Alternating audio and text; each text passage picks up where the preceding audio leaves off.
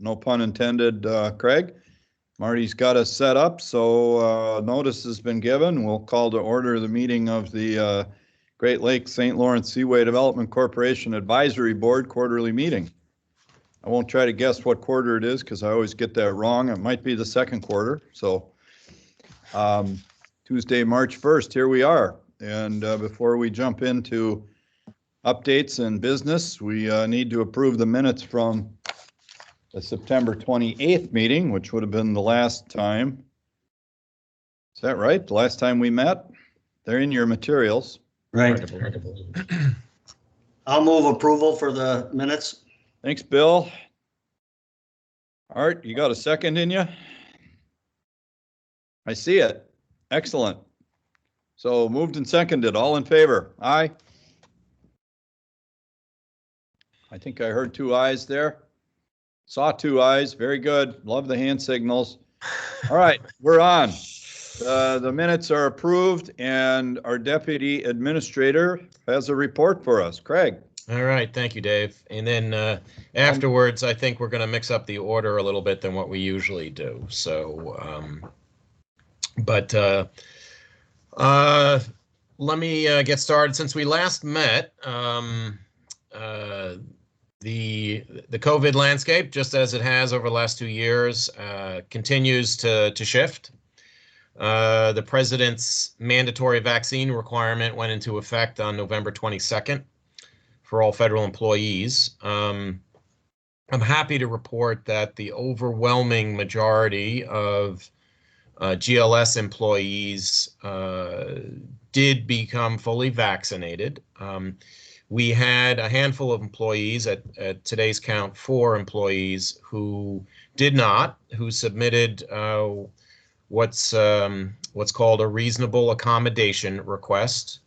They have there's under certain reasons, whether religious or health, they can request not to get vaccinated. Action on those requests is pending. As I'm sure you know, following the news, there has been lawsuits filed, and the beyond the federal mandate as it applies to contractors and others, the department is handling those requests in a centralized fashion. They're not leaving it up to the individual modes to decide those requests. So we are awaiting how that proceeds. We are participating in the task force that's working on that, and how ultimately those 4 employees, their status will be handled.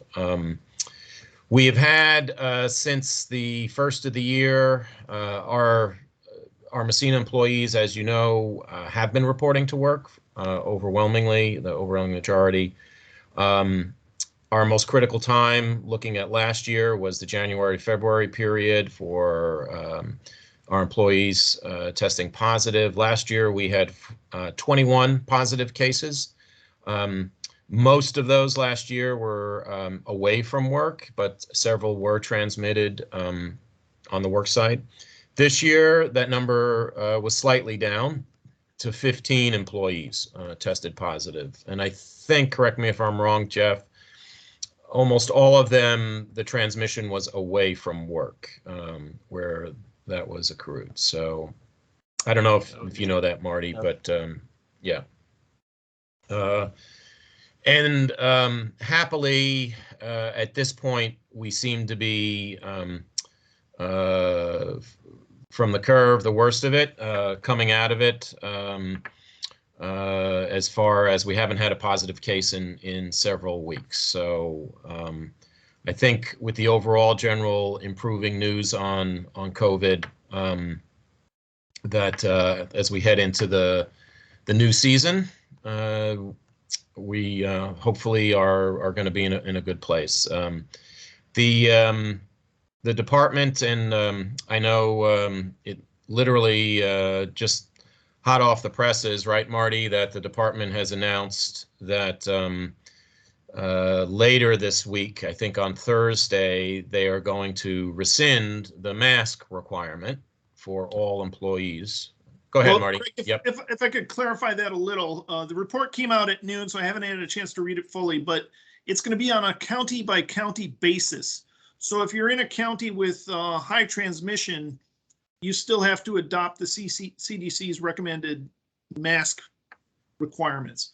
In DC proper, in the District, Maryland, Virginia area, the mask mandate for indoor use is no longer required in federal buildings, effective Thursday, March 3rd.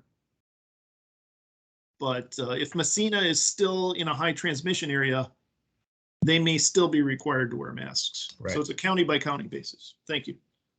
Thanks, Marty. But I just want to give a shout out to everyone, the senior leadership, at the Seaway, because we've been able to manage this situation with, unlike most other agencies at the department, except for really FAA, our employees have had to report to work every day up in Messina. And we've been able to carry on the work of operations and maintenance on this. So it's, I have to say, compared to 2020, it was easier this year, but not easy. So it's hopefully the worst is behind us and we move forward. I know it's been trying. Everyone is a bit exhausted. Just trying to focus on their day jobs and not have to deal with all the requirements and impacts of the pandemic. So we're keeping our fingers crossed on that. Staying on personnel for a little. Craig? Craig, Yes. Dave, Yep. Dave has a question. Yes. Sorry. Thanks, Marty. No, it's just a quick one, just in terms of thinking about, numbers like 21 employees tested positive in 2020, 15 last year, 4 submitted reason. Are we still working on a basis of around 140 employees, or is it less than that? We're carrying about 123, 124, okay. Dave. Thank you. Yep. So just staying on personnel, I just want to give you an update on the recruitment for a new associate administrator.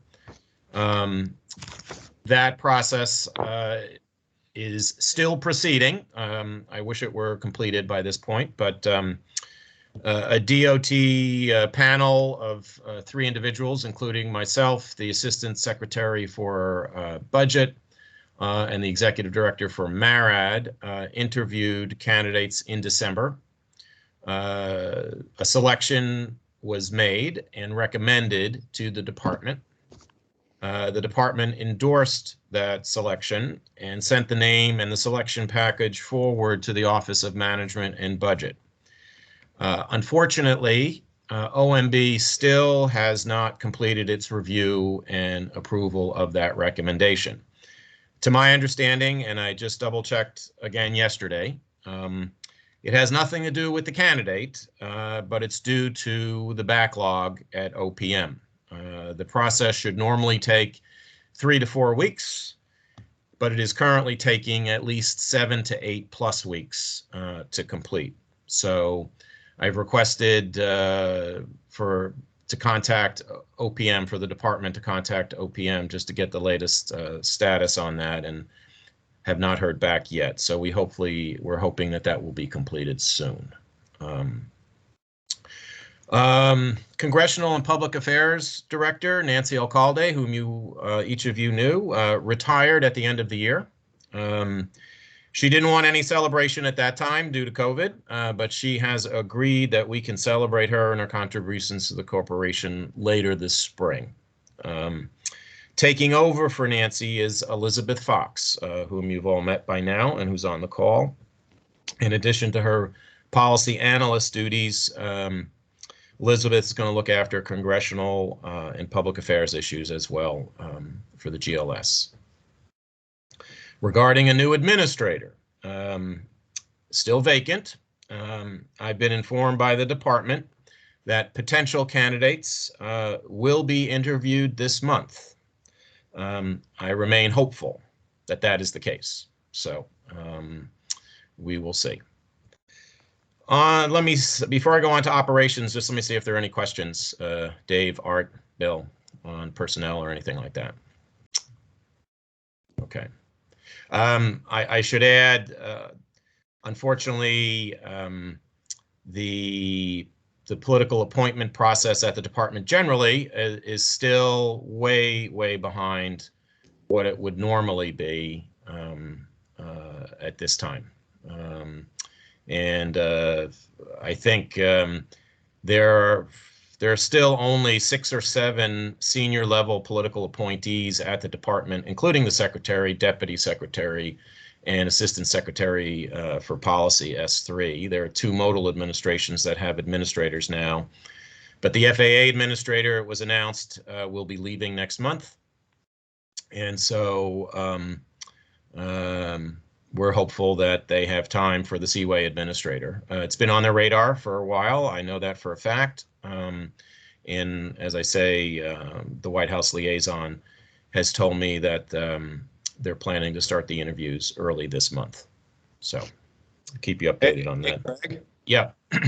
just jump in here on behalf of Art and Bill too, given reduced staffing levels, COVID strictures, backlogs on getting your leadership team appointed. We're appreciative of the job that does get done and the continued operation of this this enterprise under those circumstances. None of it's easy on leadership, your staff and your leadership team. Thank you. Yeah, no, and you know, if there's a challenge, the easy part is moving ships, frankly. Jeff and Ryan and Chris and their teams, from the infrastructure standpoint, from the transit standpoint, like I say, literally our day job, their day job, that's almost the easy part. And I think we still have a challenge in hiring. It's a challenge that all government agencies and private sector folks are encountering these days, but frankly, I think it's particularly acute in the government. And to find the skilled workers, particularly senior skilled workers that we need, particularly in upstate New York, continues to be a challenge. So I appreciate that nod to the team, because the senior staff here and their employees just do a tremendous job under, you know, in my time, my over 2 decades, probably the most trying time from a management and operations standpoint. So thank you. Let me give you a little bit of update on operations, because we just, since we last met, our navigation season concluded at the end of the year on the 31st. I'm happy to report as scheduled. I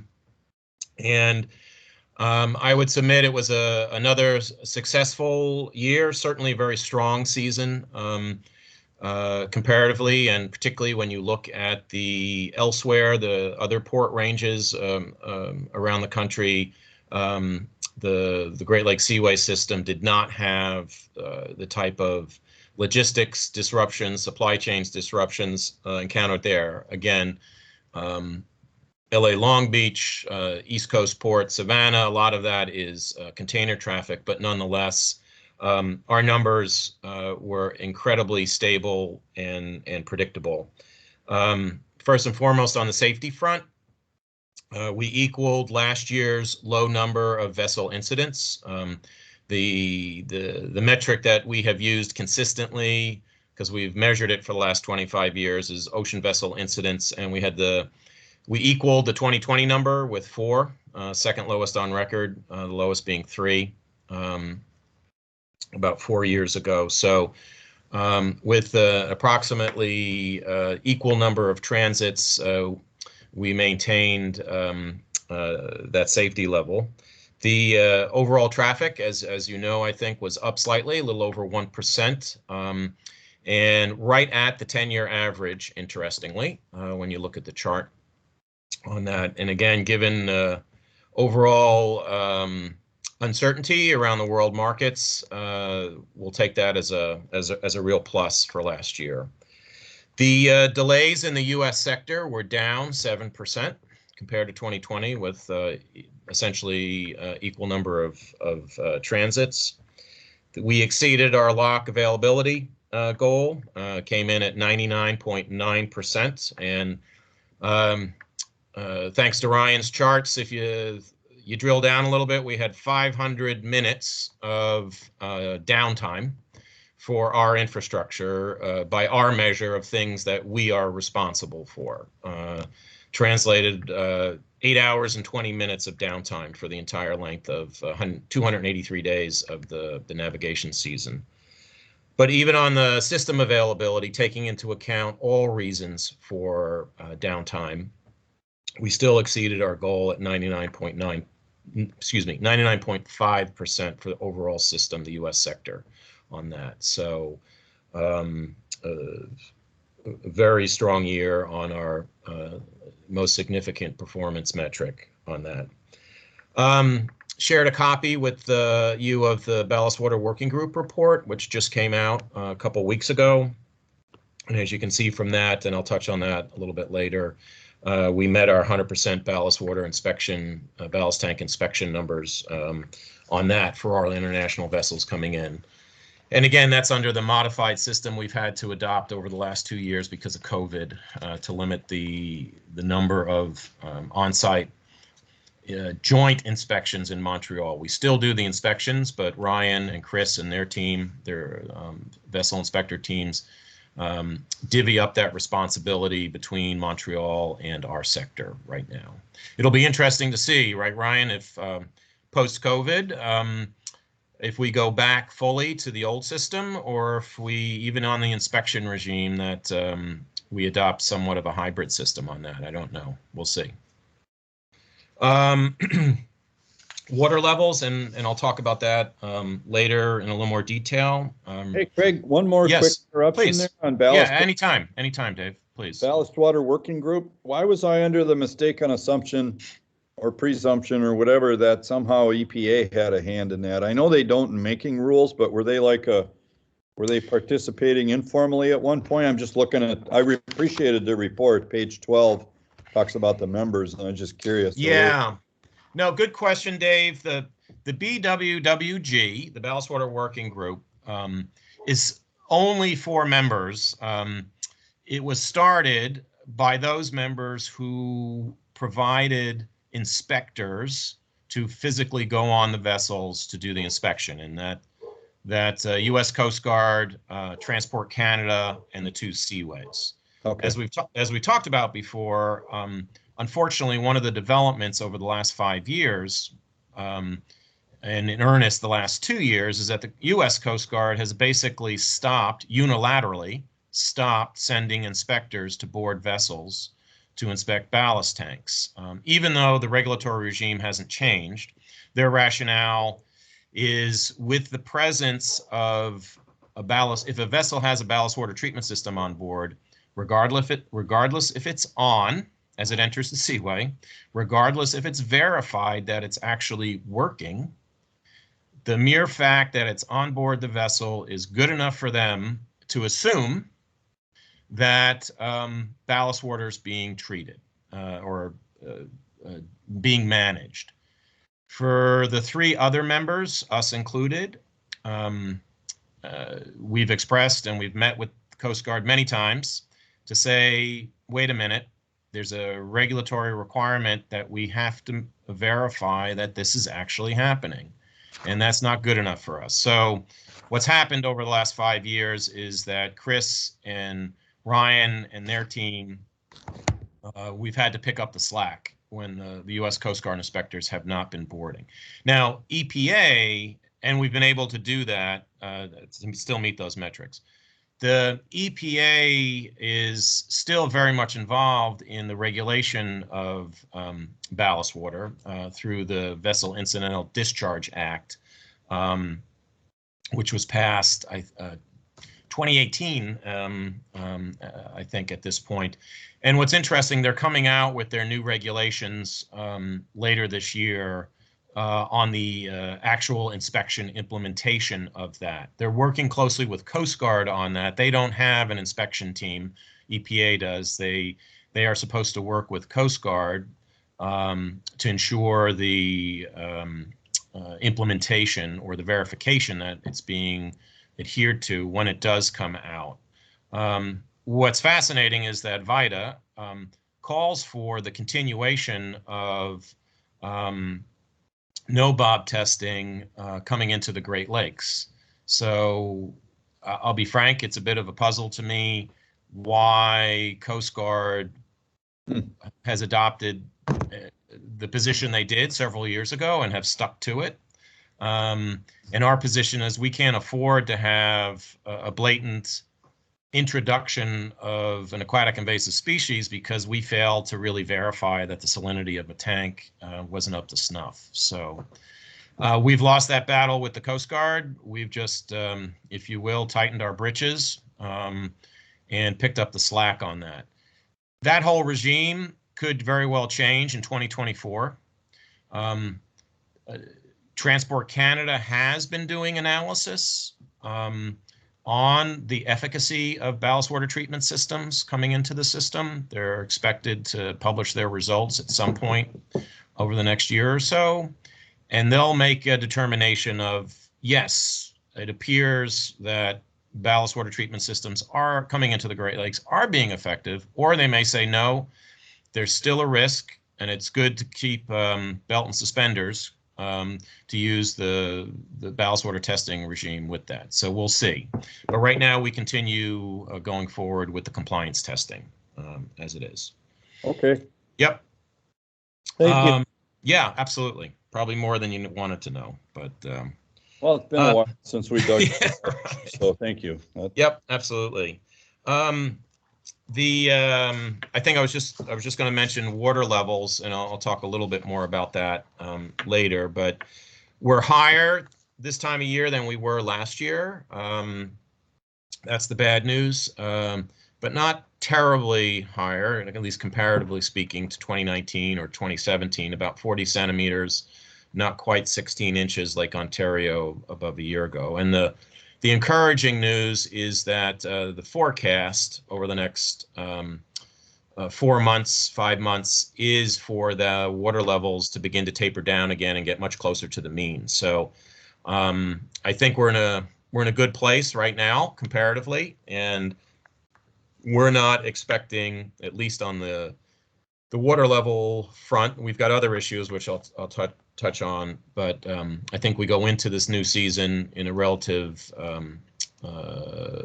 area of calm on the water levels. So would you agree, Jeff? Anything to add on that? I think, yeah, good.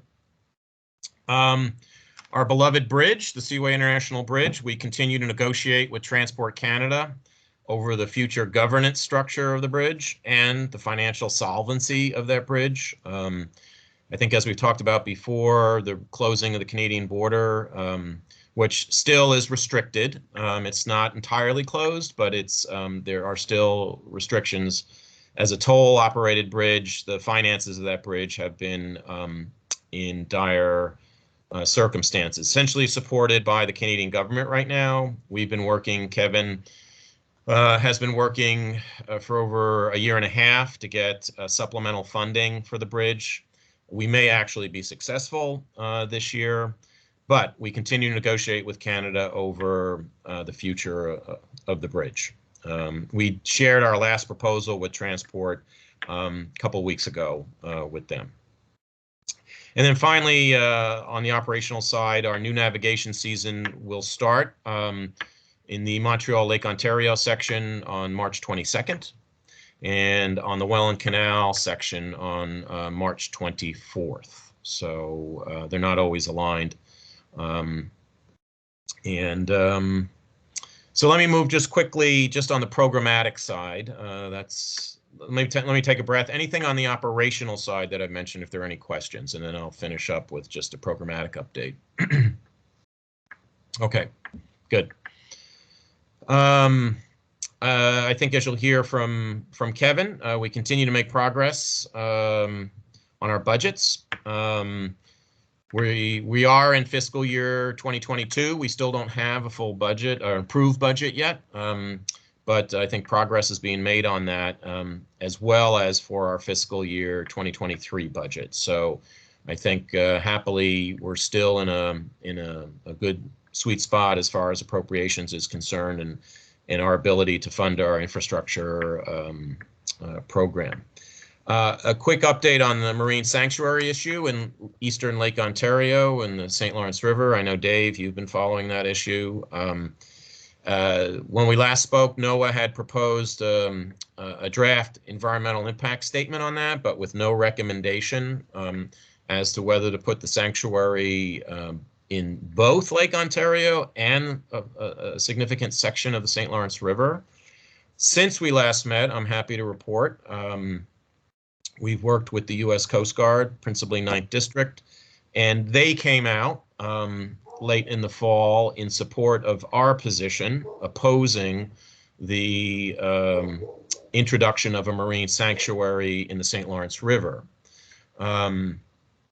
Unfortunately, it's been radio silence from NOAA since that time, but I think now that you have two federal agencies allied against the St. Lawrence River portion of that, it makes it more difficult to ultimately, I think, impose that sanctuary in the St. Lawrence River. So we'll see. But we remain vigilant. Elizabeth and Carrie have been focused on that issue. Since we last met, we've commenced development of our what we're now calling Seaway Voyage Information System.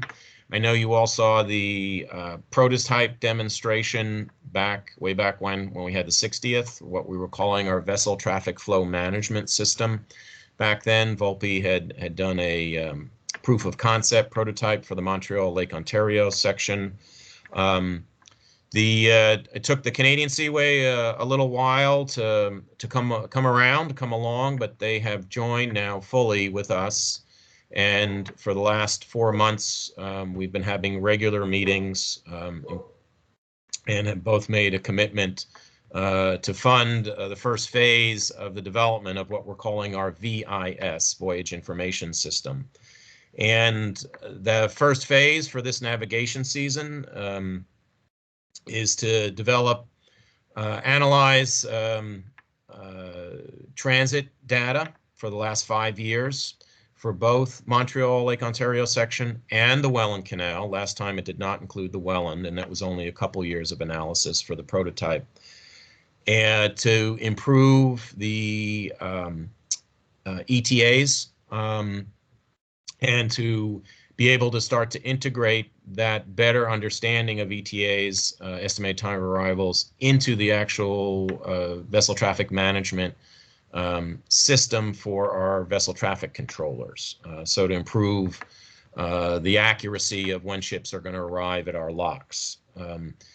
Also in this phase, we're looking to develop what we're calling a Seaway connectivity platform, which is the technological interface between our vessel traffic control system and our users who would have need of data that would come, our arrival data that would come out of our system, and also be a means for us to obtain data from our users, pilots, ports, carriers, that we could put into our analysis.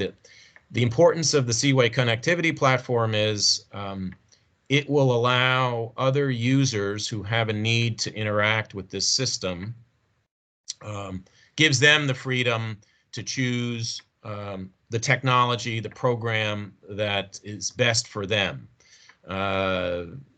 We want to avoid a situation of if we go down a path technologically that it would force everybody else to have to use the same parameters, technological parameters that we're using.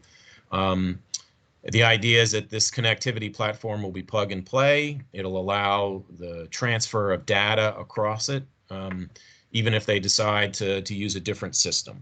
So And finally, for the first phase, and this is really more focused, well, it's focused for both MLO and Welland, but also better management of the bridges along the Welland.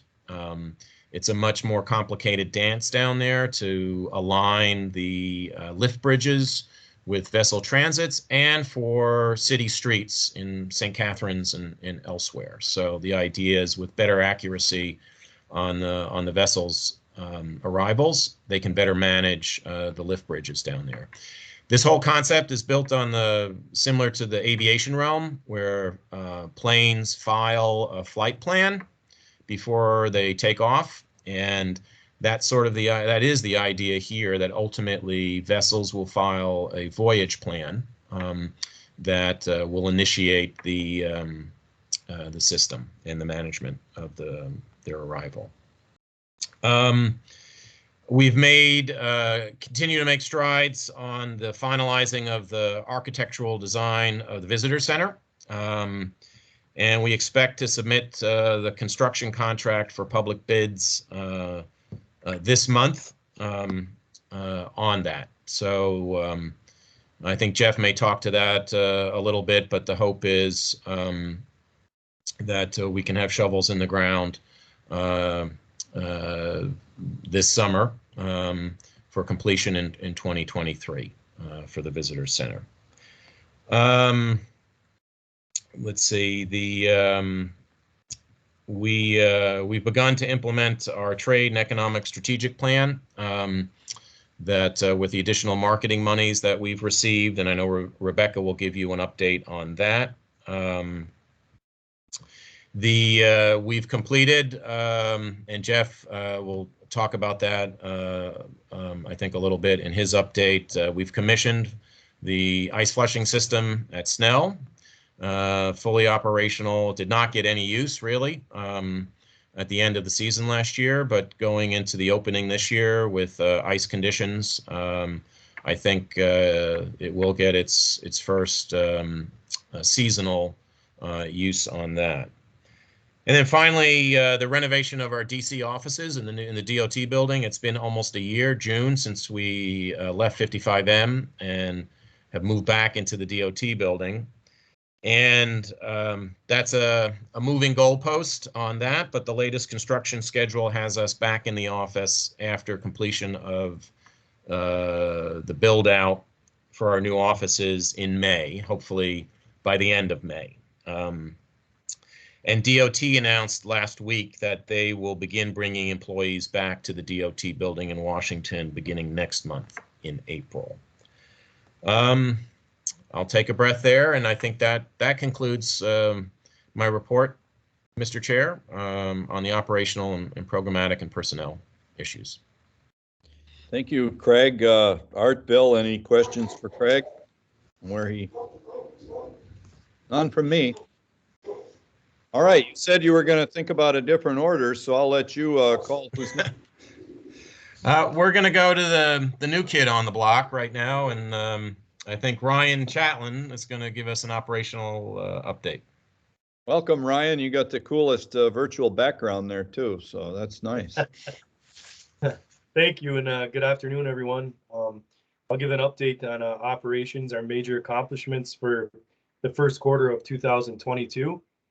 We successfully, obviously, closed the 2021 navigation season, which was extended by 24 hours due to traffic delays caused by wind and COVID-19 infections with piloting districts. The final eastbound to clear was the saltwater vessel, the Helena G, and the final westbound vessel to clear was the CSL Assiniboine. The successful completion of the 2021 decommissioning of buoys. Weather cooperated and the run was completed within 9 working days. There was no injuries and no mechanical breakdowns, which is good. Seaway Ship Inspectors conducted 53 physical ESIs in Canada this year. 175 foreign vessels were administratively reviewed. Also, they have conducted 88 ballast exams, 16 completed during the physical ESIs down in Montreal or Quebec City, wherever that may be. And 72 were conducted between our 2 U.S. locks here of Snell and Eisenhower.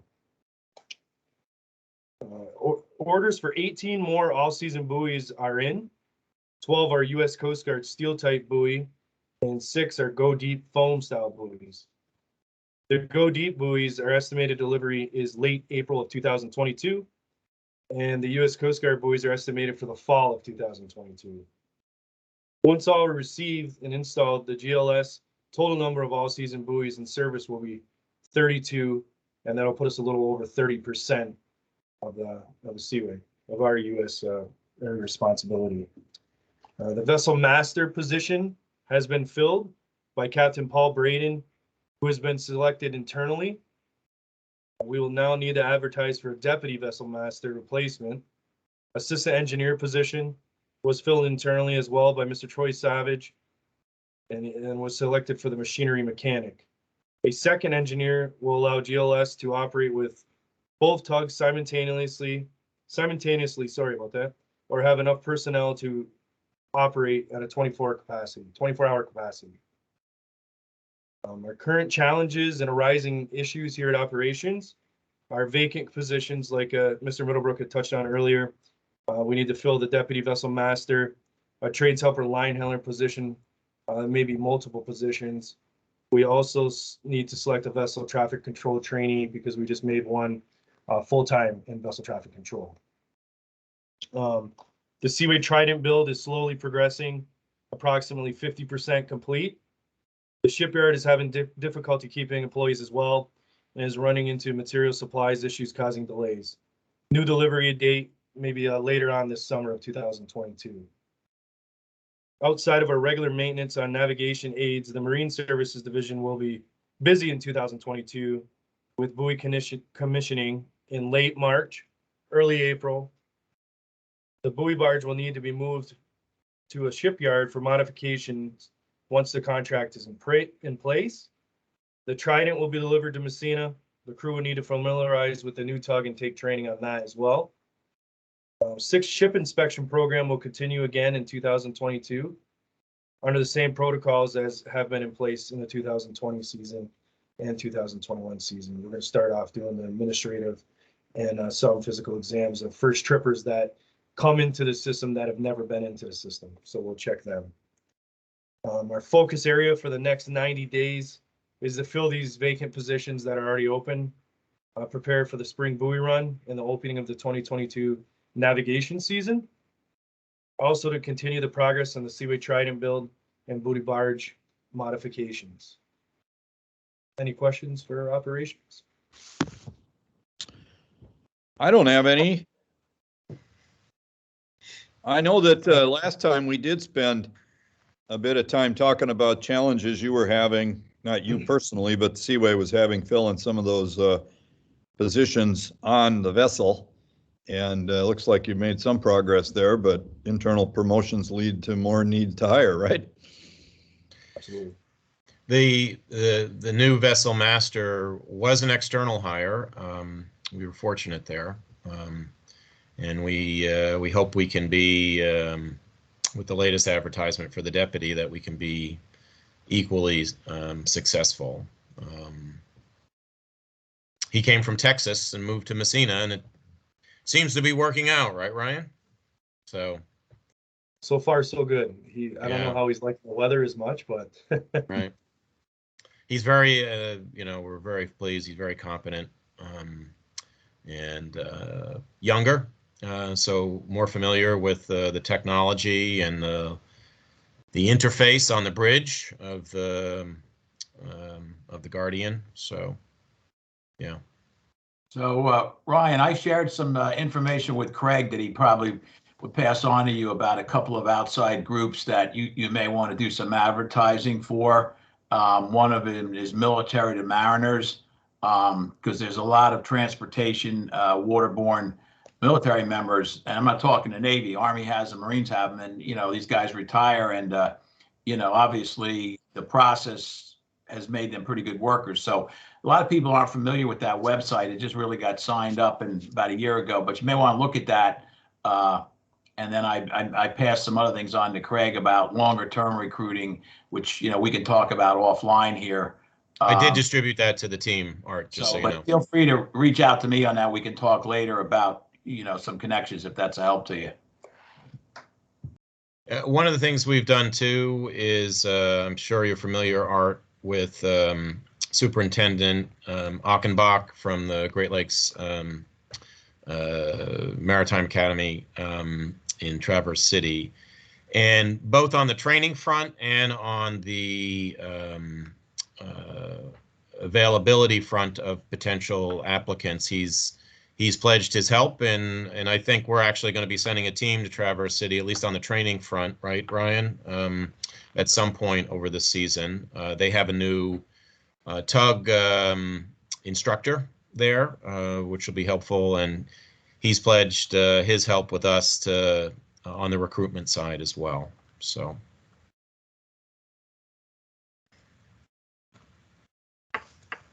Good. Next. All right, I think Jeff is up next with the Seaway Infrastructure Program. All right. Yeah, thanks, Greg. Good afternoon, everyone. Thank you. And I'll just get right to it. Ryan already talked about the Seaway Trident progress. As we all know, many companies are dealing with supply chain issues and labor issues, and the contractor for the Trident construction is no different. So we do now expect that delivery to be mid-year this year. We continue to visit the shipyard for ongoing inspections and progress updates. So Craig mentioned the visitor center project. The A&E is finalizing the not only the public exhibit plans, but also the building plans. We're in the final phases of wrapping up all the plans and specs right now, and do anticipate putting a solicitation out on the street before month's end. And that's the plan. So, 30 days plus after that for bid deliveries, and then of course vetting the contract award, and then getting submittals and getting going. So, like Craig already mentioned, very likely a groundbreaking in mid to late summer. Barring any unforeseen situation between now and then. The communication study and the master's facility plans reports are in progress. We do expect final reports later this winter, early spring. Both are getting towards the final phase of those efforts. The Grass River, the gate lifter, was returned successfully from Montreal. We talked about that last meeting, I believe. We also recertified the derrick crane and made sure that it was operational. And so that is currently moored in Snug Harbor for the winter and will be available this spring here at our own facilities again. We had two major shore power distribution upgrade projects going on when we went into the winter season, one being at Snug Harbor, the other at the maintenance base. Those projects were needed to accommodate the two new tugs. They're underway. Matter of fact, we just commissioned the new transformer vault at Snug Harbor recently in the last few weeks. We've been waiting on some equipment that had been delayed, of course, due to supply chain issues. That was delivered last week. So we're on our way to wrapping up both those projects as the weather improves. So that's also good news. And then just our winter work schedule has gone well. We are on track. One of the contractor that's replacing the diffuser structures at Eisenhower has completed that work, substantially completed that work. They are moving out of the lock and cleaning up. The contractor who was doing concrete rehabilitation, which is primarily shotcrete work, they still are shooting today and tomorrow, and they should be wrapped up by tomorrow night. So they have a few days between now and Sunday night to get their equipment out of the lock, get cleaned up, mucked out, and they should be on track to meeting the schedule in their contract to be totally out of the lock by Monday morning of next week. So that's all looking good. Our preventative maintenance routines are pretty well wrapped up. We're down to the last, the last handful of things to do. And then once we start flooding locks, we anticipate flooding Snell this week, and we'll be looking at flooding Eisenhower next week. And then we'll start going through our startup routines, double checking all of our operating equipment. And then once the ice is melted off the stop logs, we'll get those out of the water in time for the icebreaker to come through, typically a few days before our opening date. And this year, of course, Craig mentioned that's March 22nd. You probably all saw the announcement as well. Current challenges and rising issues. Again, managing our ongoing projects, developing our infrastructure priorities for the 2023 winter capital work season. Of course, maintaining the reliability and availability of the locks during this new navigation season in 2022. And although things have improved pretty dramatically, we're still managing, or continue to manage the impacts related to the evolving national health emergency. And then our focus area for the next quarter, of course, continuing to coordinate the involved parties for the Trident construction.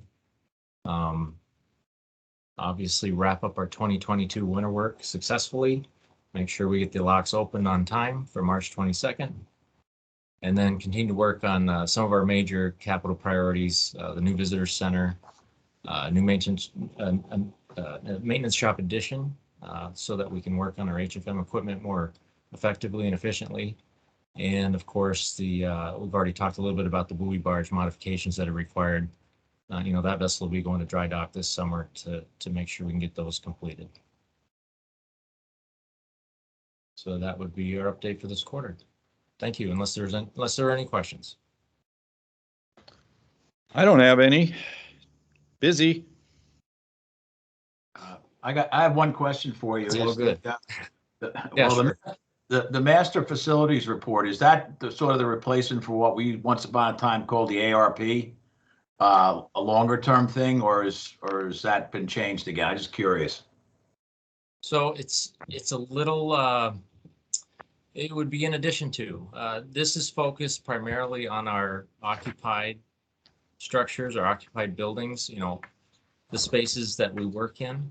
And so the A&E that's helping us out, the consultant that's helping us, has done interviews and focus groups, and we've had multiple conversations while they're developing the plan to determine, what do we do here?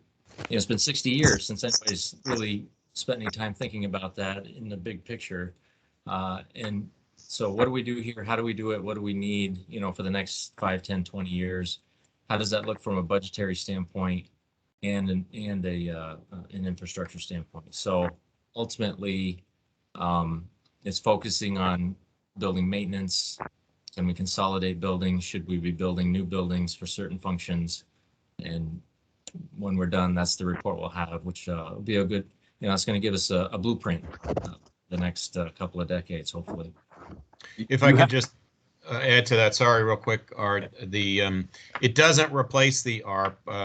What has replaced the ARP is the Seaway Infrastructure Plan, the SIP.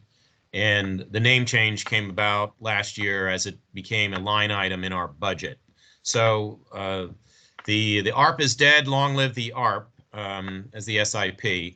And I think real quickly, the facilities master plan is part of our, if you will, would be part of the SIP. And part of the way that we're discussing this, particularly with employees, is that, we had a critical need when the ARP got started in 2009 to focus on the critical operational infrastructure for the locks and the channels and the equipment. We've come a long way to bring that up to where it needs to be and to maintain that.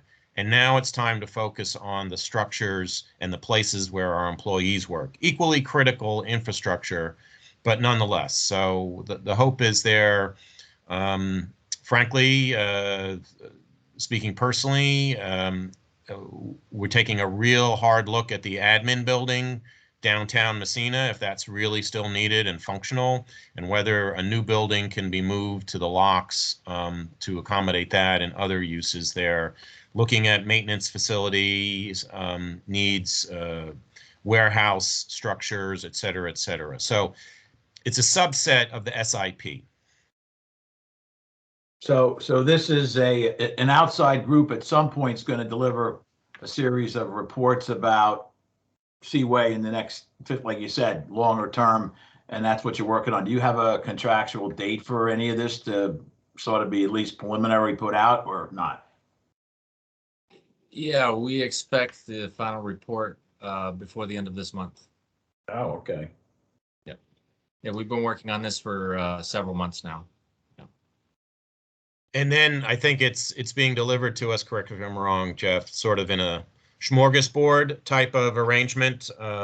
It's a comprehensive, but it's broken out by components with estimated costs associated with each. And so the next step becomes what makes functional sense, what makes budgetary sense, what makes timing sense on that.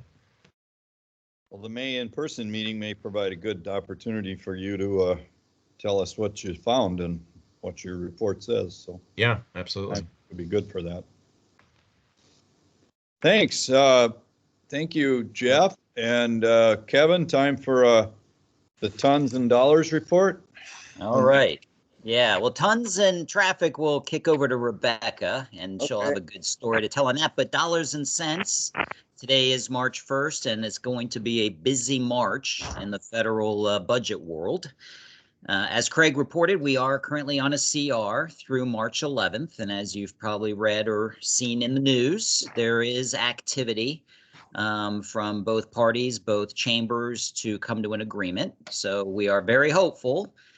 By mid-March, we will have finally our enacted budget or appropriation for fiscal year 2022.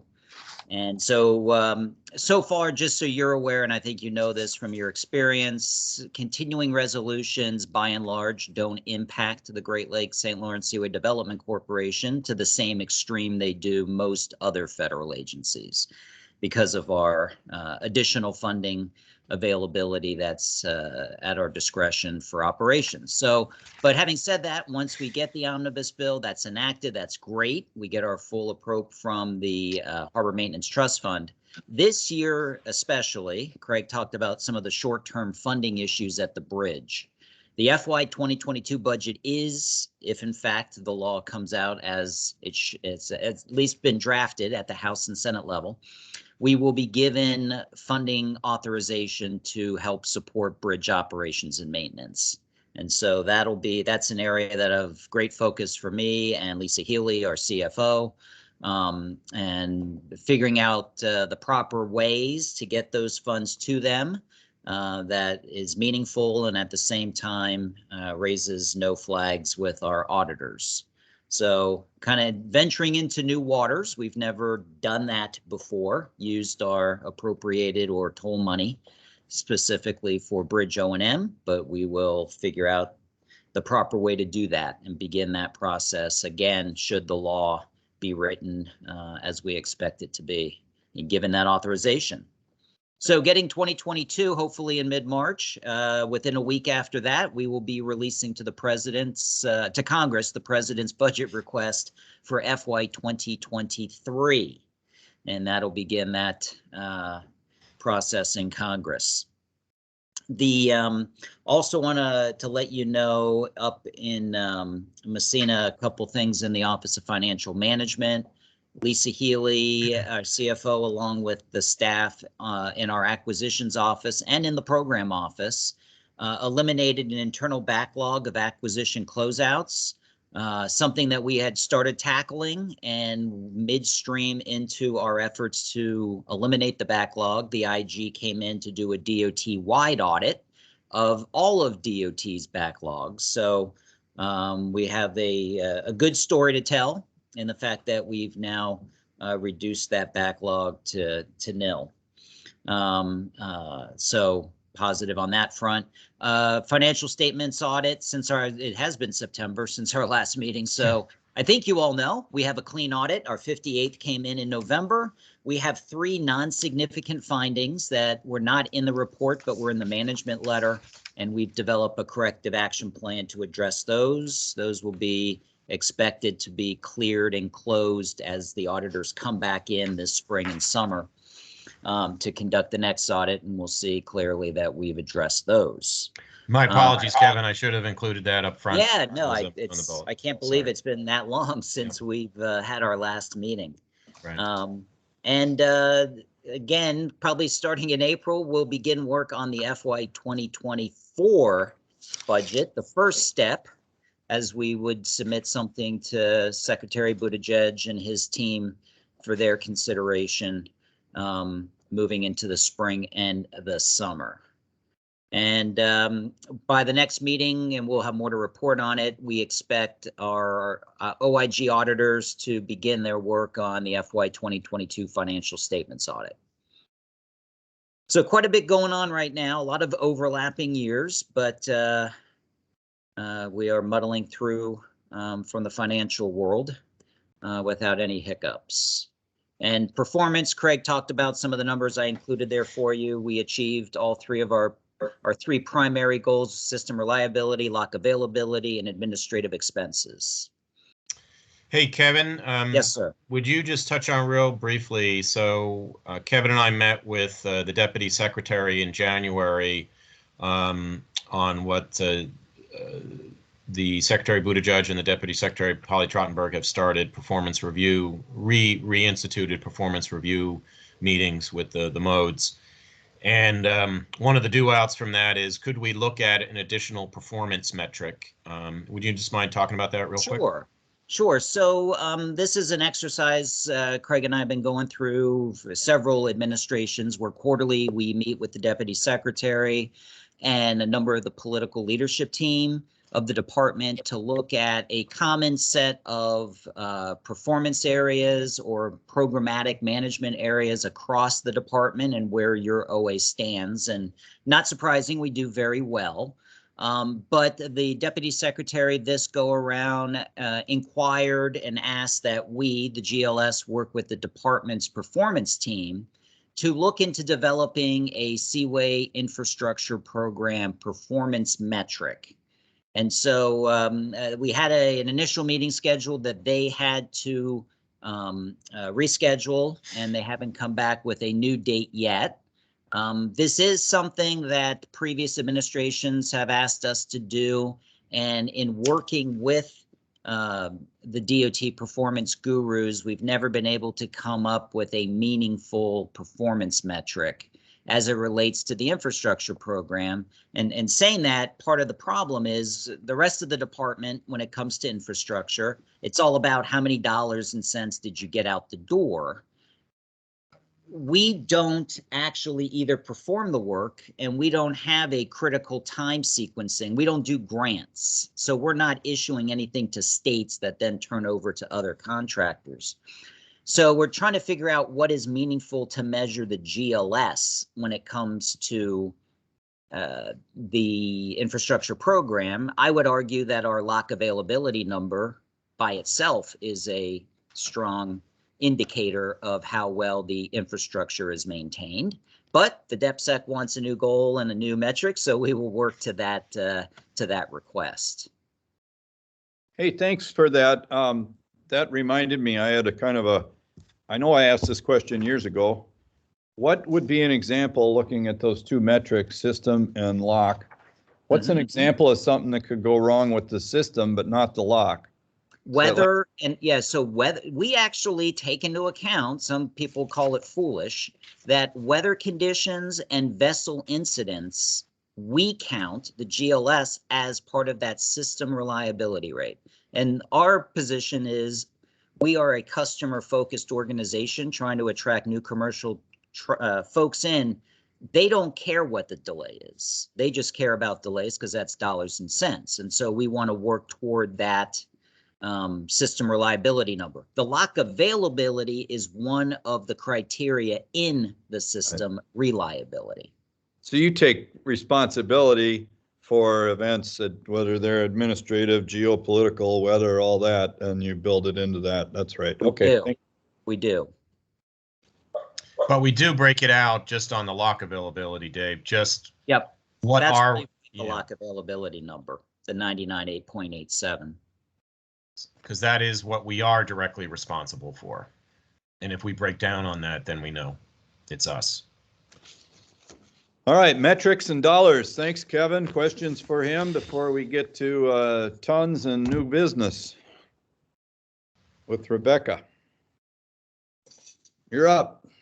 Thank you. It's hard to believe the last time we were all together, Marty and I were in sunny, warm Miami.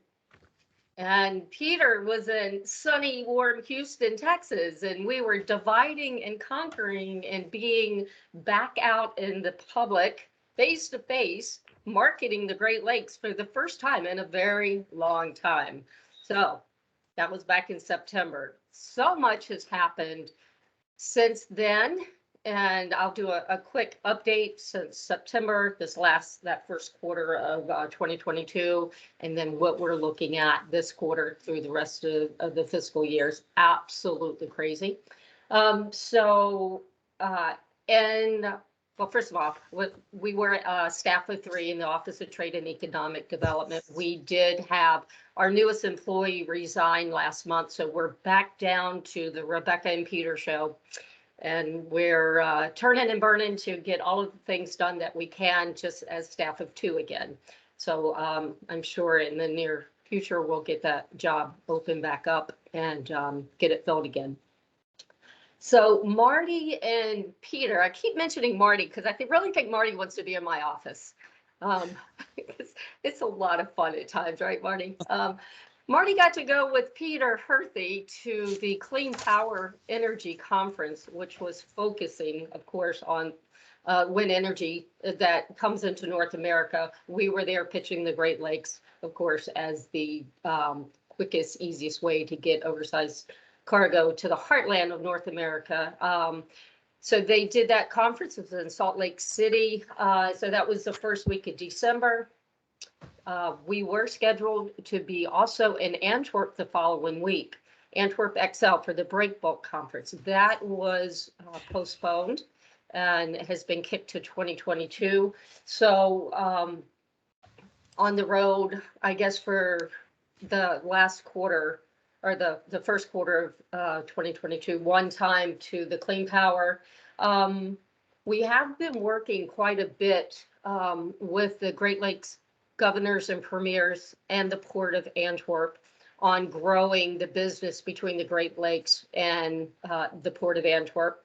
We've kicked off a working group, and we're hoping through our business sharing initiative through the strategic plan that we're going to be able to grow our trade by identifying various intelligence between the 2 ports, between the port, between my office, through our resources, their resources, and look at what opportunities we can, or carrier shippers that we could do outreach to educate them about the system and grow more business through the lock system. That right now we do have a request into the Secretary's office for Peter and I to travel to Antwerp the end of March to do a roundtable workshop with the marketing team at the Port of Antwerp, where we get to lay out all of our business intelligence, strategize, analyze, and hopefully come up with some opportunities. We're not quite sure if that's gonna move through.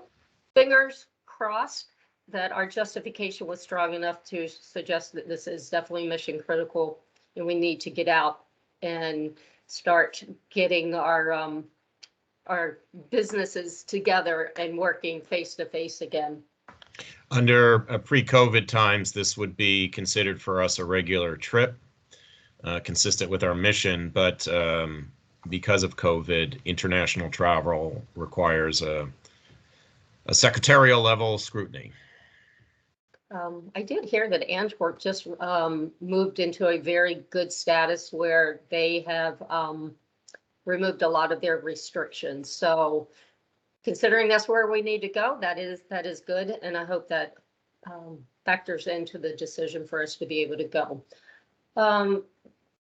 The end of December, the GLS and the AGLPA, American Great Lakes Ports Association, went into a partnership and brought on board a contract specialist or a container specialist to look at the opportunity to grow the container business on the Great Lakes.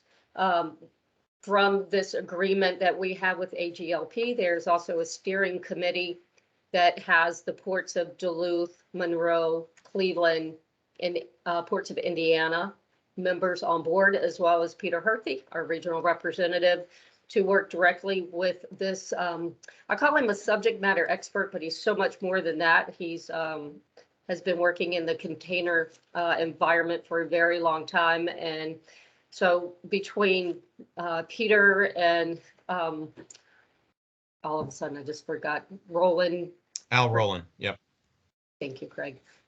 We're hoping to be able to identify opportunities where we can get more containers into the system and address some of the supply chain issues that we're seeing on our coastal ports. Definitely a great opportunity for us. Of course, with Duluth coming on now as a compliant container facility and can be handling these containers, that is a great opportunity. We just really need to find a destination in Lake Michigan, and we're hoping maybe Burns Harbor might be that location. A lot of work is being done right now, but all of this has fallen under our strategic plan, so this is a great opportunity for us to get a very good tangible for the hard work that's being done out in the Great Lakes with our regional representative. So fingers crossed that comes up with some positive results. On the cruising front, so much going on in cruising. As you know, we are the lead on the Great Lakes Cruising Coalition, which now falls under the Highway H2O. Over the past couple months, a new website was launched for Great Lakes Cruising. This website is not targeted for passengers. It's targeted as more of an operational focus, as well as identifying destinations where a cruise ship can call. It's our GLCC members, which is the Port of Cleveland, Milwaukee, Duluth, and Muskegon, as well as some of our shipping agents. We did just have our first Canadian agent come on board.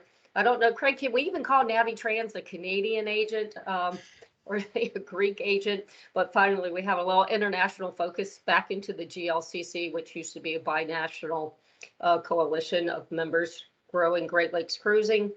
So that's been a very positive move to provide a resource to the cruise ship industry where they can go to get information, especially contact information, whether it's myself or Captain Peter Burgess at the Management Corp, to be able to identify if ships are compliant to be able to come into the system. That's where it all starts, and that's kind of where we're driving these cruise lines or the operators and agents to start at that level. And then stage 2 would be, where do you go once you can come into the Great Lakes? So that's been quite enjoyable for me, believe it or not. It's been a lot of work, but it's nice to see something coming out of this. Very, good tangibles for the cruise lines to finally have a place to go to get information they need. We've been very active as well in a lot of the trade publications and websites to raise the profile of Great Lakes Cruising. Again, this isn't, these are totally focused on the cruise lines and not on the passengers. So like Cruise and Ferry and Sea Trade Magazine and Cruise Industry News, these are all targeting the cruise line. So we have had one-page ads, double-page ads, digital links. It takes you directly to the website. Just raising the profile and getting the messaging out there. So hopefully, as we watch the number of people that we can see going into the website, it's a great resource to have. So between now and October, we are working on 5 trade shows. This is our typical exhibition type events where we're out pitching the Great Lakes in an information booth. So in May, we will be in Rotterdam for the traditional European break bulk.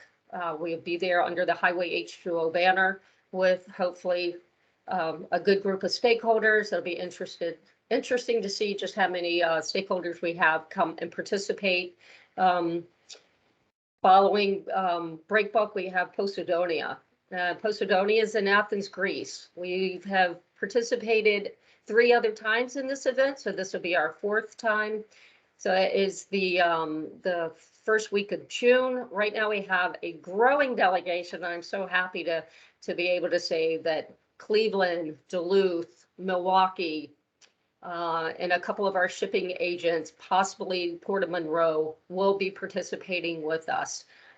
So that's very encouraging to see the interest grow and the attendance for Posidonia. We will be hosting a reception for current potential users of the system. And then the show is actually a 5-day show, which Peter Herthy and I will be there flying the flag. Right now, we're doing all the logistics for the information booth.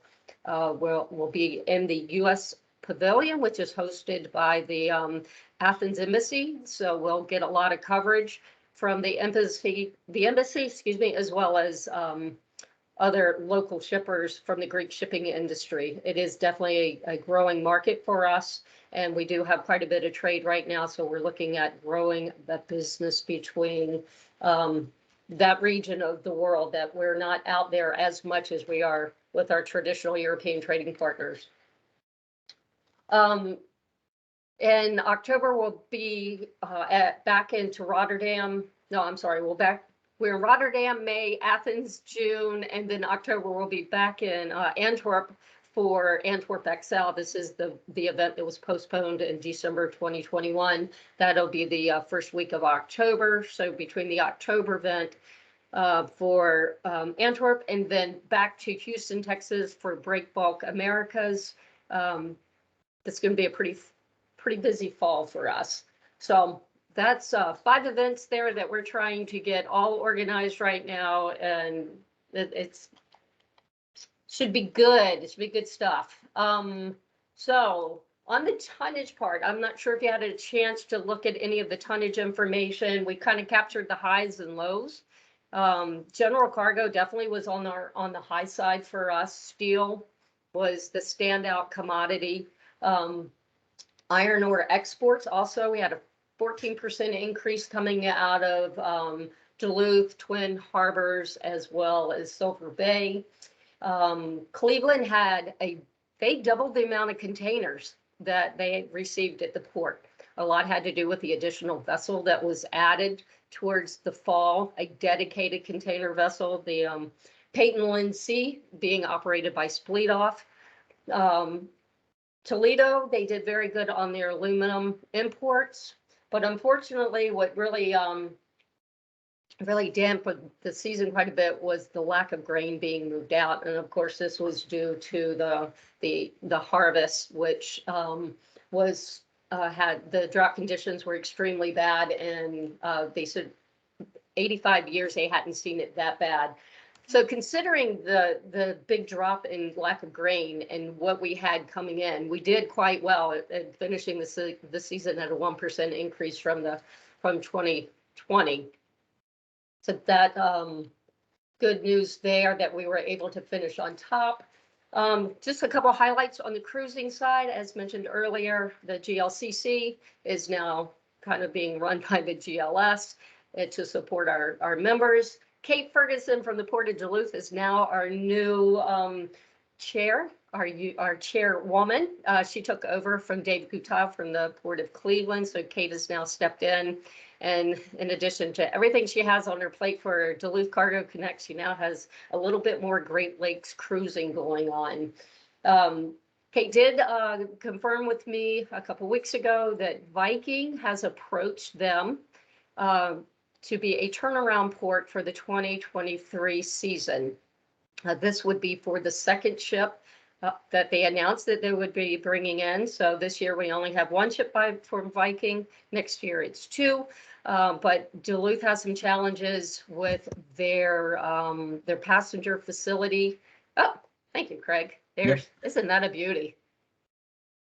So we got some challenges in Duluth because having Viking say we want Duluth as a turnaround, that means they're starting and ending their cruise in Duluth. That brings a lot of additional people to the area for overnight stays. They spend more money. Unfortunately, fortunately, they just broke ground on a new CBP passenger facility. Unfortunately, it is only to clear passengers. It's not to clear bags. Therefore, CBP in that region, I don't know if it's the Duluth office or the Minneapolis office, is saying without the equipment to clear, the scanning equipment to clear bags, they will not approve Viking to do a turnaround. So the real issue here is there's no other U.S. port on the Great Lakes when a cruise ends where bags are being scanned. So this could get very touchy because nobody else is doing it. So why are you going to hold Duluth to the to this accountability that you're not anybody else? Already reaching out to our contacts at headquarters to see how we can get ahead of this game. That's game initiative. It's like walking a tightrope because we don't want to mess it up for our other ports. Yes, Mr. McMillan. I don't mean to interrupt you, but I can wait if you want to finish. No, go right ahead. Okay, so 3 things. Art, you don't need to go to Antarctica. Just get on that thing and come to Duluth, okay? 2, is this a money, I'm sure it's a much more expensive facility to build, but just curious, and I can follow up with Kate if, there's money issues our delegation ought to be working on to get a luggage included as opposed to just people clearance facility. That's 1, and then, or that's 2, and then 3, Kate is a workhorse. She's awesome. So hopefully that's a great addition to your stuff. I know her well. Yes, absolutely. So answer 2, it is definitely a money issue because as Kate was saying, they need at least $1 more million to invest into this to be fully compliant because it is going to require a little bit larger space. Unfortunately, well, when they did the initial plans, they only looked at one end, but then again, they only had enough money to look at just the clearance of passengers. And it wasn't, no cruise line that was even seeking the opportunity as a turnaround. So, if they could get the additional funds, that definitely would grow the business in Duluth so much more because I think not only Viking will do this, but I think other cruise lines will follow as well because Lake Superior does provide many opportunities now as we're seeing these itineraries develop. We're going to Bayfield, they're going to Houghton, then Duluth and Thunder Bay. So Well, if we don't do it, somebody, those Badgers down in Milwaukee will, so we better get it built first. Right. Kate is under the mindset that, let's just take the cruise ship once the passengers get off and we clear them. Let's just take the cruise ship over to Superior and have the bags discharged there. It won't be an issue. So it's just a Minnesota thing right now. So we're on top of it. I'm going to do everything we can, like we do with all of these other CBP issues. We do have a great working relationship with our partners at CBP, and hopefully we can figure something out to work Let me know around if this. it can help. So Okay, absolutely, we'll do. So right now we have, Craig, I'm going to add another cruise ship that I just found out to the list. We were at 7, but now we're at 8. So Wow. the Hamburg is coming back this year where Wonderful. she was not scheduled. So I guess there was enough demand to get her on the itinerary for the fall of 2022. I did some numbers here recently, just based on the 7 cruise ships that I knew at the time. It accounted for, just on the U.S. side, 277 port calls were going to be conducted in 2022, with a little over 72,000 passengers going to shore for the season. So now that the Hamburg is coming in 20, my list is going to grow and it's going to be even more. But I'm also going to look at the Canadian side because that is a big piece of a puzzle and it tells a better story. So I do have some more work on the analytical side to show just how many passengers will come ashore within the Great Lakes Seaway System for 2022. And then we're watching the 2023 schedules grow. So I think we could see up to 10 cruise ships for next year. So that's all I got right now. So if you have any questions, please let me know. I know I kind of threw a lot at you guys at one time, but a lot going on. Thanks. Other questions for Rebecca? Art, Bill? Don't see any. Okay. What else we got on our agenda? Congressional and Public Relations. So welcome. Hello, I'm Elizabeth and I am here to talk about congressional and public relations. Good. You got a more wintry backdrop there. That looks like Minnesota without trees. So. Thank you. This is a part of Idaho where I'm from, and I didn't All right. realize this was the background I had up, but now everyone gets snow. I'm from the north. That's great. Rolly Hills part of Idaho. So just so everyone's aware, I started, Nancy, like Craig said, departed in January, and this is a report that goes back until the last time we met, so to September. So these are things Nancy has done and then things that LaToya and I have done going forward. But major accomplishments for the previous quarter include, of course, continuing to produce and distribute our quarterly Seaway Compass and monthly Seaway Soundings. The last Compass was sent on 12/21, and the next one is in production right now, and we'll go out towards the end of the month with a target goal of having it out prior to opening. Also worked on helping to place many of the marketing ads that Rebecca talked about. Trade publications, we completed the September, October, and November tonnage statistics releases with the Great Lakes Seaway Partnership, and did press releases regarding the visitor center, ice conditions, and coordinate the closing release with the management corp. Also worked on the Joint Strategic Committee meeting with the Management Corp, where provided briefings on the recently passed bipartisan infrastructure law, which, while it does not include any funding for the Great Lakes St. Lawrence Seaway Development Corporation, does have a lot of money for Great Lakes stakeholders writ large.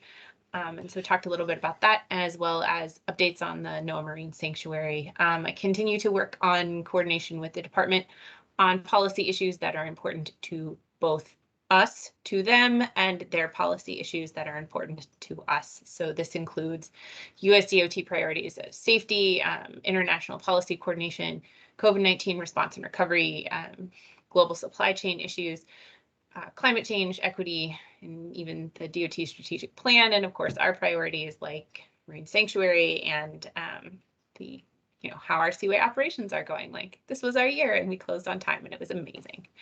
LaToya and I have also worked on developing a number of updates to the website, including we have requests. We finished doing a special page specifically for the department's rural initiative, which is very interesting. And we're working on one on sustainability, which we'll hopefully have out next year. Our current challenges and rising issues, obviously it's this transition. I'm not Nancy, which is loss for all of us, but I am doing my best. And so working on all of that. We're going to continue to develop the monthly tonnage release statistics releases going forward. Have worked on the partnership plan for the 2020 season. In addition to sort of an opening campaign and a monthly tonnage campaign, hope to do and start capital visits again, where we will hit up governors. I think it was Ohio probably and Michigan were mentioned as being our targets for this year. We'd like to do a workforce campaign where we focus on seaway, port, and ship operator workforce, really highlighting the people and who make all of this possible. Also looking at things that focus on some of the upstream economic benefits of shipping to the Great Lakes region and supply chain campaign as well, and then continue to draft articles, of course, for all of our communications. Our focus areas for the next 90 days, we're very close to finishing the 2021 annual report publication. And we are closing out our Pacesetter Awards for the 2021 season.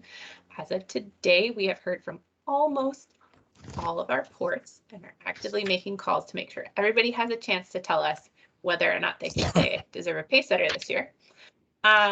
We're getting ready for the opening season activities, and then should Kevin need any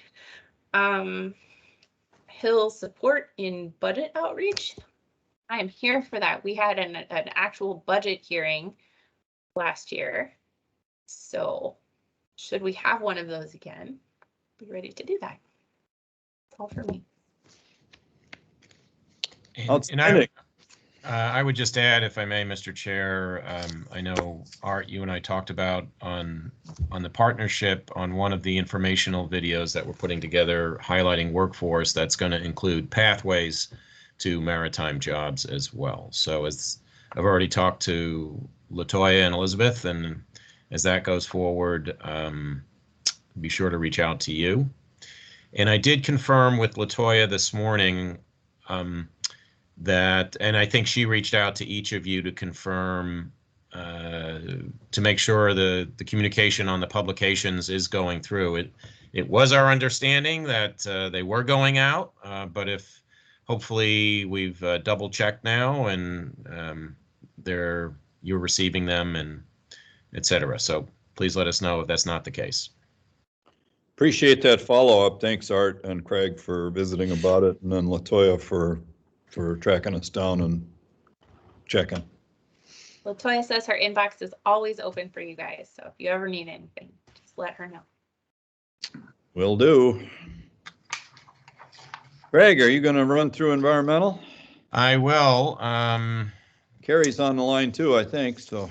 Yeah, I'll let Carrie just talk about the overall state of our relationship with IJC and with the GLAM. I'll mention that, but I just, on the water levels front, I mentioned earlier that we're higher than last year. I just put up the latest chart, which shows 2022 running the black line running higher than the gray line, which is 2021.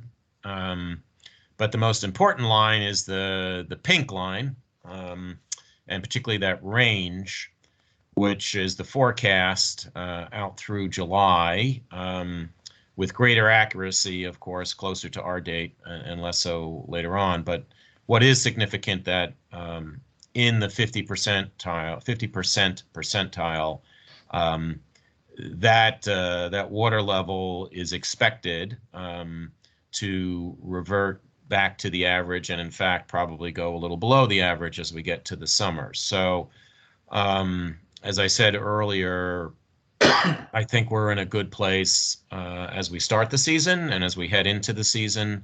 There are two lightly colored gray lines above and below if you look closely, and those are the range within which the water levels, H14 levels that are conducive to maximum efficiency for commercial navigation. And it appears that the water level, forecast water level, is not going to get anywhere near those lines to impact that. So fingers crossed. Over the longer term, however, I think we're still concerned about the regulation of water levels on Lake Ontario and the St. Lawrence River, and where the IJC ultimately may be going with their authority to oversee those. I've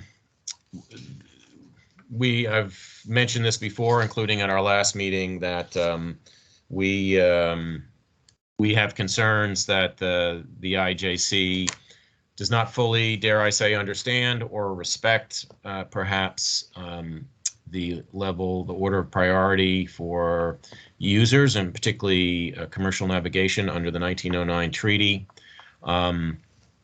and they are looking to develop a tool for the river board, which, in our opinion, would take away a lot of the discretion of the board and reduce the influence and the prioritization of commercial navigation when it comes to water uses.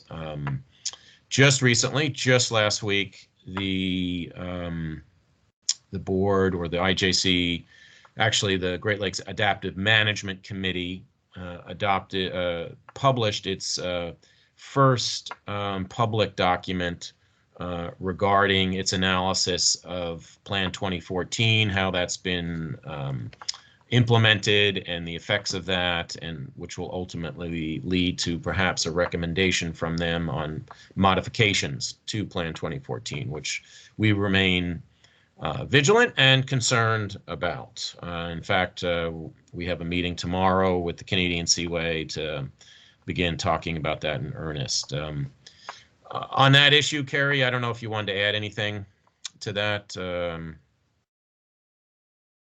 Other than no, remaining vigilant is what we are doing. And I think that, not to show the gray hairs that Craig and I have, but I think that we are the elder members defending the water level regulation planned issue and the Boundary Waters Treaty. I think we are the only two still standing from the original group that started back in 2006 on this.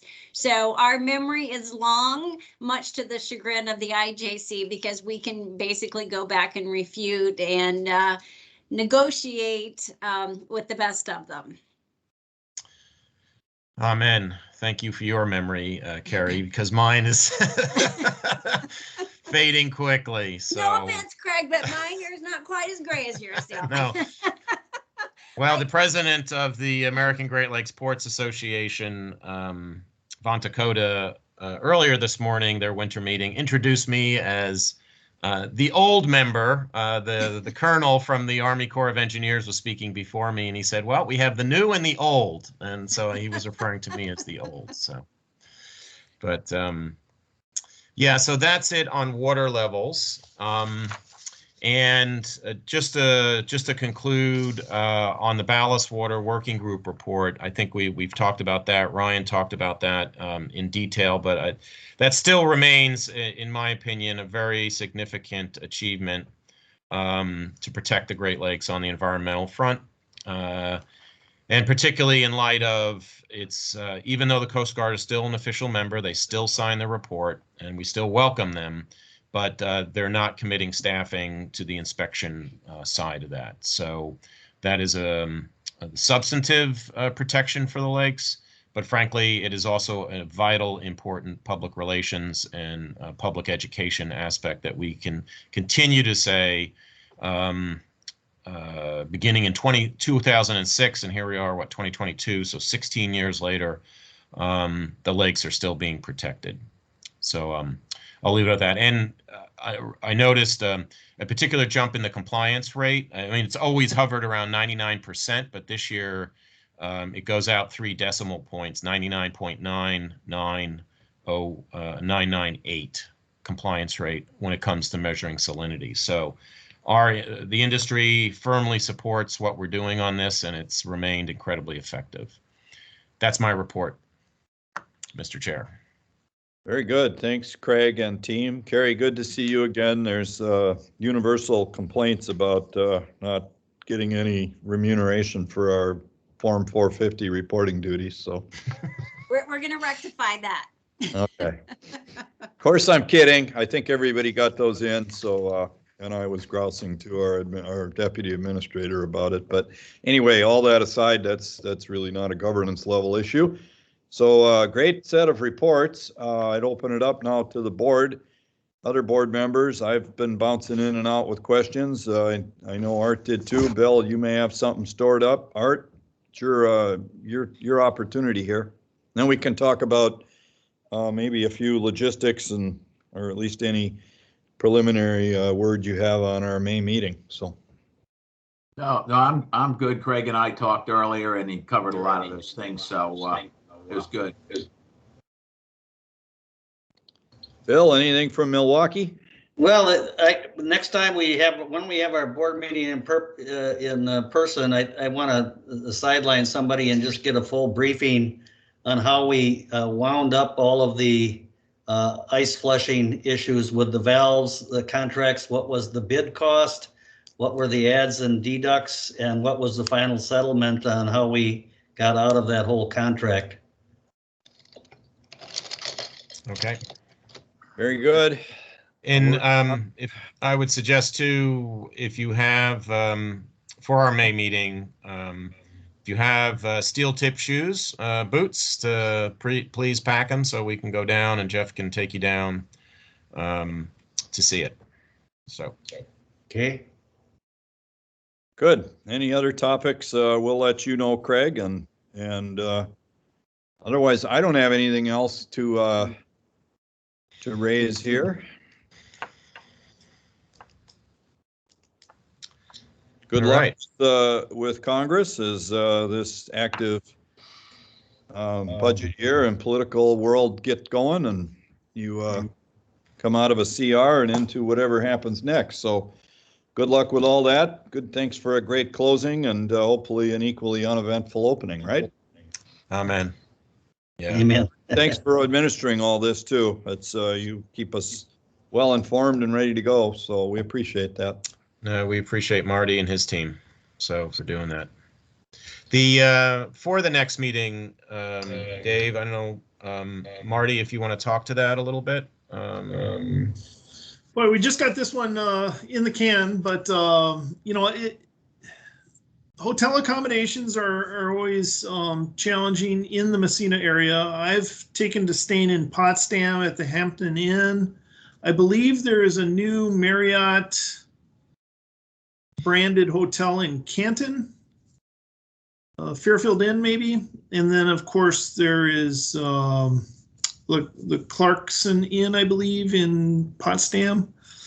The Quality Inn in Messina, I believe, is up for sale, although it's still running and operating. So we'll get some hotel accommodation recommendations for you in the next couple weeks. I recommend getting your spot reserved. You can always cancel it, and then, you know, flying into either Syracuse, or there's a new flight out of Dulles into Ogdensburg. I don't know what other connections there are from Duluth, or I fly into Burlington and drive 2 hours.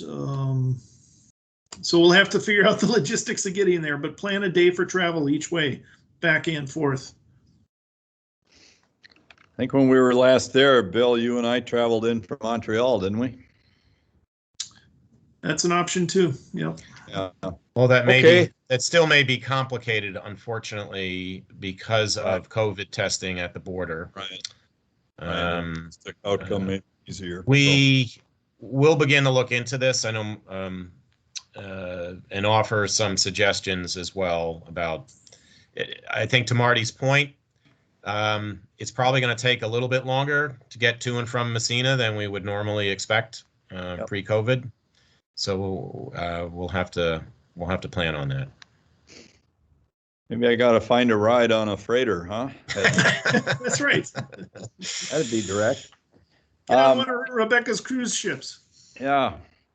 Hey, in a serious question I should have asked earlier, you did, not serious, but not about logistics. Craig, you didn't, usually you have a little update for us, or often you do, about our partners across the border. Everything going okay, and your relations okay with the management corporation?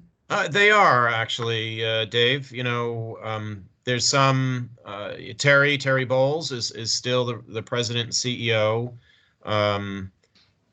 They're negotiating their next 5-year agreement with Transport Canada, and you know, my gosh, Terry's been there for over 15 years now. And I think once they reach that new 5-year agreement, it remains to be seen. Terry's given no indication of what his future plans are, but that may come within the next year or so, that they may have a leadership change once they finish that negotiation. As I mentioned earlier, I'm really glad that we're moving on VIS. We have to do that in conjunction with the Canadians because as you know, our vessel traffic control system is fully integrated, and we couldn't move alone on that.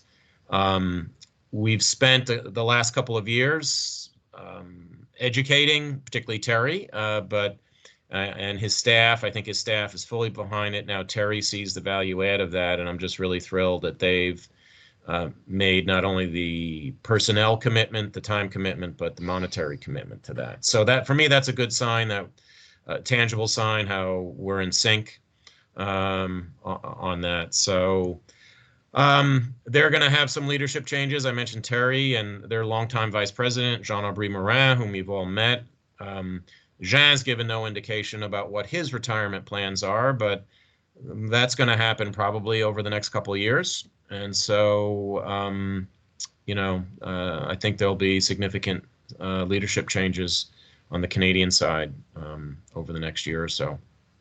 But the level of interaction is as good as it's ever been with our, if I dare I say, not for the record, Kevin, our passive aggressive Canadian friends and neighbors to the north. So Good. Yeah. Thank you. Hey, Craig, to Dave's question, we've done this in the past. Is there any opportunity in May for any of our Canadian folks to join us for some part? It's been a while, but that's always good. That is very much our hope and my hope, Art. And it's if the border frees up a little bit. The border is technically open, so I don't want to give the impression that it's closed. It's just problematic because the U.S. and Canada have differing COVID requirements. So we will definitely extend the invitation to the Management Corp leadership, including the board leadership, perhaps to have a joint dinner like we've had in the past in Messina, and hopefully they will do that. So that'll be on the agenda, Art. Very good. Unless there's another item of business here, I'm going to wrap it up. I'll move to adjourn. Very good. Second. Moved and seconded. We stand adjourned. Thank you all. Be safe Okay. and talk to you soon.